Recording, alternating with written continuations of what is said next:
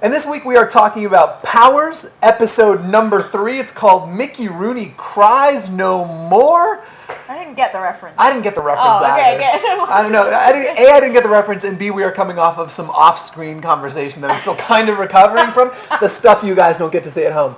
But so we're talking about Powers, episode 3. Yeah. Like, give me a high level. Like, where are you with the series to date? Like, where? You know what's funny? I feel like I'm the only person in this room that's totally hooked on this show. Everyone else is like, meh. But I'm in. I'm totally in. And I'm looking at our off-screen producers right now. Are you guys on board? Like, are you? I don't. Yeah. All right. So okay. I'm not going to chant that. I don't know. It's doing the wave for Diamond. I'm not doing the wave for Diamond. So talk to me. So where are you with the season so far? We're 3 in. There's a couple of things I wanted to mention.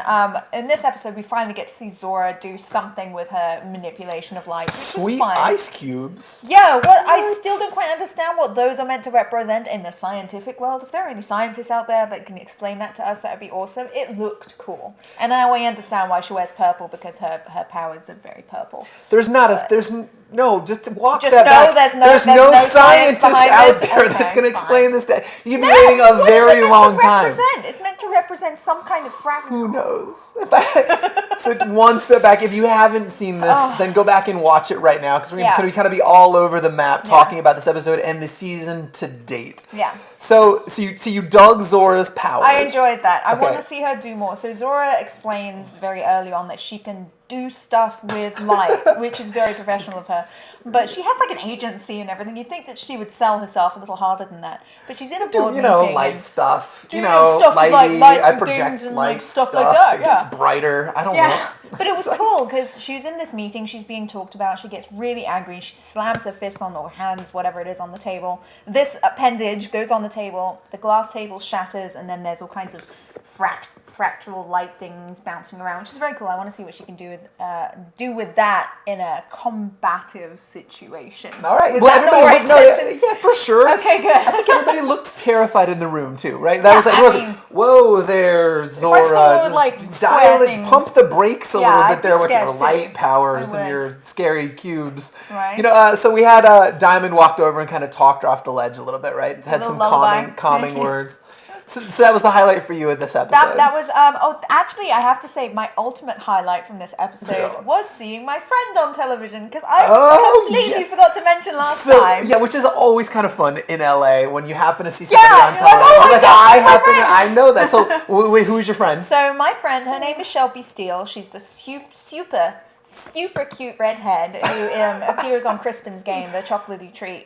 The Chocolatey Treat is playing a video game, and then Chaotic Chick pops up. And that's my friend Shelby, who, little tidbit on the side, was mistaken for Sophie Turner from Game of Thrones on the red carpet recently, which was hilarious for all of her friends, including myself, to experience. Can we scream Chaotic Chick when I see her in public? Right? Was that her handle, right, in the game? Yeah, it is. It totally is. But I'm going to scream that in public, though, if I see her next time. If you could bring her on the show at some point, like she should be here instead of me. Right, she'd be way more interesting. Shelby! Bring your friends. Get on the show, Shelby. So that was your highlight at this point. That was great, because I had no idea. I had absolutely zero idea, and then my friend just shows up. I'm like, that's pretty cool. That's pretty cool. This episode was interesting for me. I didn't have any friends on the show, so I have this half of the couch is super loser, the no friend zone over here. I thought was this interesting. This episode was cool because it's definitely coming to focus that there are. It's becoming very polarized, right? There's a couple different groups: people who absolutely adore powers and people who fear them and hate them. And this episode is really starting that divide. It really came into focus a little bit. Who likes them and who doesn't? So we were introduced to Trip Hammer finally in this episode. Who is Trip Hammer again? Trip Hammer was the guy who wears the armor and he's at the facility. Yeah. You know what I'm talking about? Yeah, it was tricking. No, you tricky mister, you. We've heard a lot about Trip Hammer, right? Like he's one of the old school guys, right? It's Retro Girl and Diamond and Trip Hammer. And Wolfe and Yeah, and that whole gang, right? So it was interesting to finally see the guy. Yeah. And so he's set up kind of in this anti-powers facility where they're holding Wolfe, and he's developing some ray which removes the powers. And I think that was interesting to see, like, was it a revelation to me that he didn't have any powers, right? Yeah. Like, he had that suit of armor and that sweet voice modulation thing. Yeah. and actually didn't have an arm. He was kind of like the Wizard of Oz. A little bit. Just all show, no actual skill. I don't know, man. I bet he could fuck somebody up with that hammer thing he's got. Like, I mean, I think the guy could do some damage. Like, it's interesting that he's in a league of other powers, even though doesn't possess any of his own, and clearly didn't understand what it would do, like the mind job it would be to a power to actually lose your powers. See, here's my question. Is he working with the federal agency, or is he a captive of that? No. He's very much on board, right? Like, because he makes the phone call back several times to the captain guy, the like Ichabod Crane looking dude in the I don't know. The guy's a weird looking guy. He gets a lot of work. I'm sorry if you're watching this guy. The guy that runs the precinct. Yep. So you just did it too. Yes. But what was he? What was the he's in a lot of stuff. Is he British or American? I don't know, but he works a lot. English TV, I'm pretty sure. He's in a lot of stuff, and they were on the phone a lot, being like, "Hey, I need another round. Like, I gotta get to work." And like, my question is like, Wolfe is the most imminent danger in this, right? Like, they showed Wolfe, which is we will touch on at length, but the show's made it clear that he is what is a problem, right? Like, and how is he not the first test subject? Because what happens is, you guys have seen it. You know, when they walk in the room, their powers removed. Like, Blue Magma's head explodes. Literally, not like figuratively. Like, oh, my mind was blown. Like, but like chunks of his brain were all over the room. Like, it was gelatinous mass. Super gross. I mean, I don't know. Super gross. So like, I don't know. It was interesting.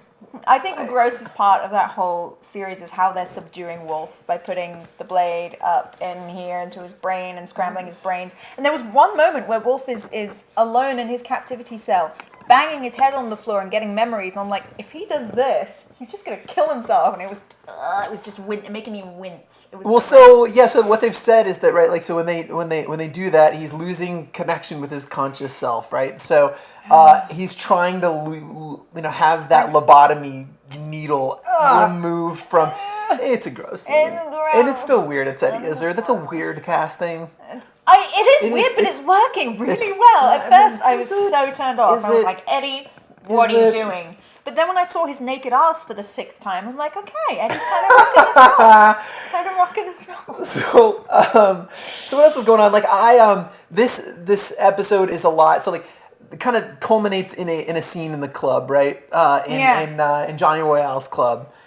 Which is an empty ass club. Like, I don't know if you at home have been to a club, be it LA or Las Vegas or wherever. There's like 9 people in this club. Like, they're all like doing it's really bad. I'm sorry. I'm calling it how I see it. Like, that is an empty ass club. But like, they get to the club and it's this grand confrontation around Kalista, right? She's the girl that jumped at the beginning, right? Yeah. The wannabe, right? So what I'm really wrestling with this is like, so this is everybody's there, right? Diamond and his partner are there, like Johnny Royale's there.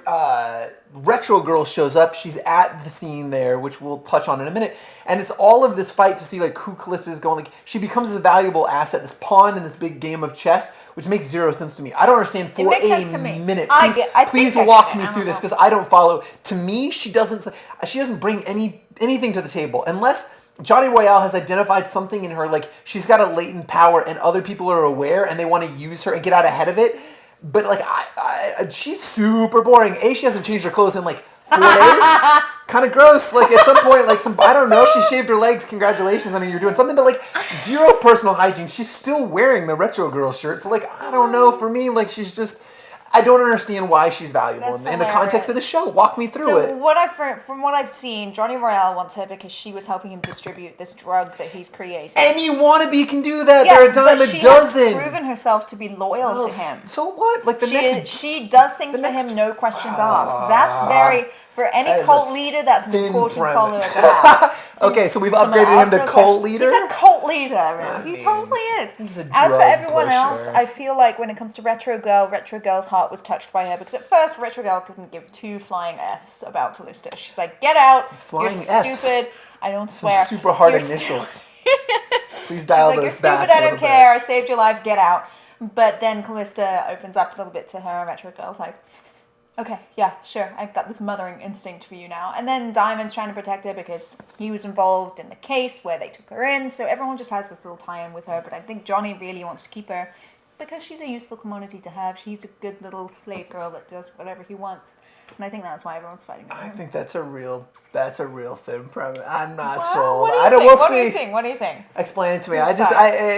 But so that's a flaw though, right? Like let's say we represent the audience as a whole. If 50% of your audience is following why this girl, this wannabe by definition is important, I think this is a problem in the show. But that's a whole other conversation.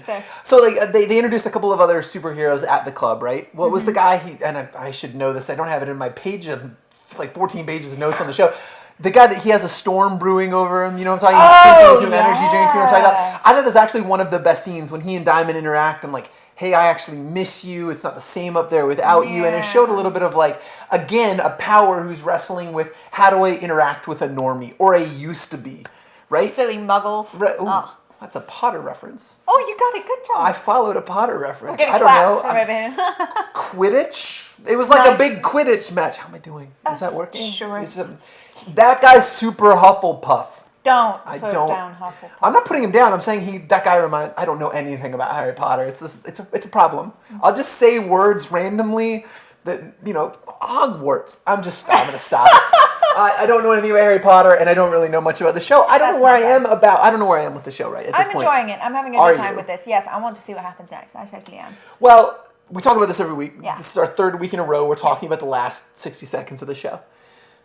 So they start wrapping up the show, and like they've talked about it. They've alluded about Wolfe. Like they've said Wolfe ate like 30 people. And so I couldn't wrap my mind around, okay, so he ate people, he absorbed their powers, but no, that dude just straight up ate people. Nom, nom, nom. The last 30 seconds, he's like munching on a guard. Like he's going straight up like 6-pound challenge on this dude. And it was and they just end the episode of him. Like it's like the grossest scene. Again, Izzard committing, but just blood everywhere. He was really good in this role. It was hard to watch. But again, like a sucker, I'm like, God damn it! Fine, I'll watch another episode. All right, fine. I want to know why Wolfe eats people. I don't know. I mean, and right now he's the X factor for me because at this point, the things that I'm still interested in, I want to know more about Retro Girl. Yep. I'm interested in Wolfe and his powers and what that guy can do outside of this prison. And how he would be able to afford people's powers back to them. That's something I want to know how that's going to happen too. Okay. Yeah, because he said he would give Diamond back his powers. I want to know how that would act. Is he going to poop it out? I just wanted to make her laugh. I feel like we need to have some sort of... I don't even... Literally, I had no idea that's what was coming out next. Coming out of your mouth. Yeah, I don't know. I'm trying to think of anything else that we want to touch on. I think at this point... I'm wrestling with it. I think it's building slowly but surely. There's still a couple things outstanding. And I think right now, outside of the show, this show being Glitch TV, if we weren't doing this and discussing with you guys every week, I don't know that I would tune in for the fourth. I would. You would? I would. I'm down. I've got a big thing for superhero stuff and powers and stuff like that. Powers in general, not powers with a capital P, but having powers. So yeah, I'm totally down. And I have a big question about where are these red pills coming from? Because it looked... like it was coming from Wolfe's blood. It did look... Again, I'm sorry, I'm losing it. This is part of one of our off-screen conversations. I agree. I think it definitely looks like that's the case, but I don't know if that's enough to draw me in. So what are your hopes for episode 4? I want to close it on this. What are your hopes for episode 4? I want a big epic battle with lots of CGI, because I like eye candy. I do. I want to see some... For the whole series, I want to see Diamond get his powers back and do something with that. I want to see Kalista discover she has powers, and it would be funny if they're completely useless powers. Like she can sense when there's a fridge in the next room. You mean something like that. Like with Jubilee, exactly. Something that's just useless. And I want to see what comes to head with Johnny, and because I want to see him do more fight scenes. I really liked him disappearing with that head in what was that, episode 1? It was so cool. So I want to see more fighting, more action. It's not enough to carry. Character development. I'm in. One thing. I want to know why, and it was Storm. I looked it up while we were... So I want to know why Storm and Retro Girl and Johnny Royale all give Kalista the time of day. That's my hope for episode 4. What do you think? We want to know. Are you going to continue to watch it? Please watch it, because I'm stuck watching it every week. I'm discussing it with you. Come back. I like it. We'll watch it together. Yes. But we'll be back next week with episode 4. Please tell me what's up with Kalista, please. She's cute. No. She's cute.